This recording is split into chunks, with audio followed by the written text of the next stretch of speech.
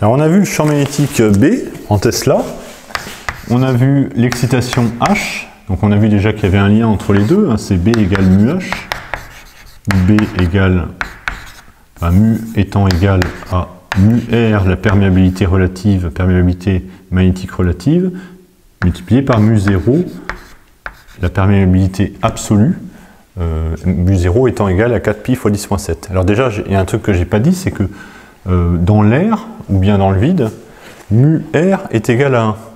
Donc ça veut dire que dans l'air ou dans le vide, mu il est égal, non pas à 1, mais à mu 0, c'est-à-dire 4pi fois 10-7. Donc c'est là où il est le plus faible en fait. Donc on a intérêt à rajouter un circuit magnétique si on veut gagner du B en Tesla. Donc je vous ai parlé de ces deux grandeurs, et puis il y a une troisième grandeur qui est très importante, c'est qui serait plutôt à mettre en au-dessus, c'est le flux.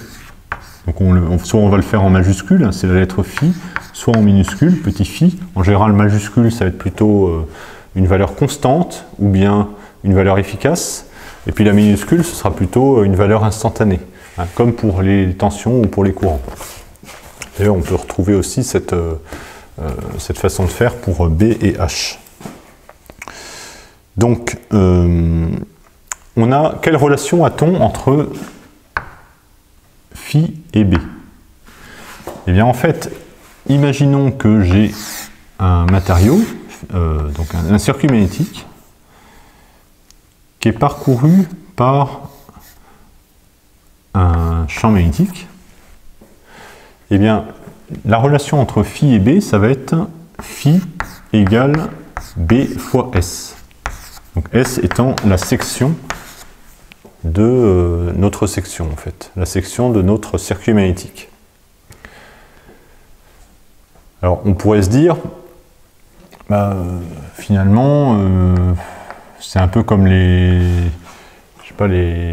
degrés, comme une conversion de monnaie, quoi. C'est-à-dire que au lieu d'avoir une unité, on en a deux, ça n'a pas trop d'intérêt.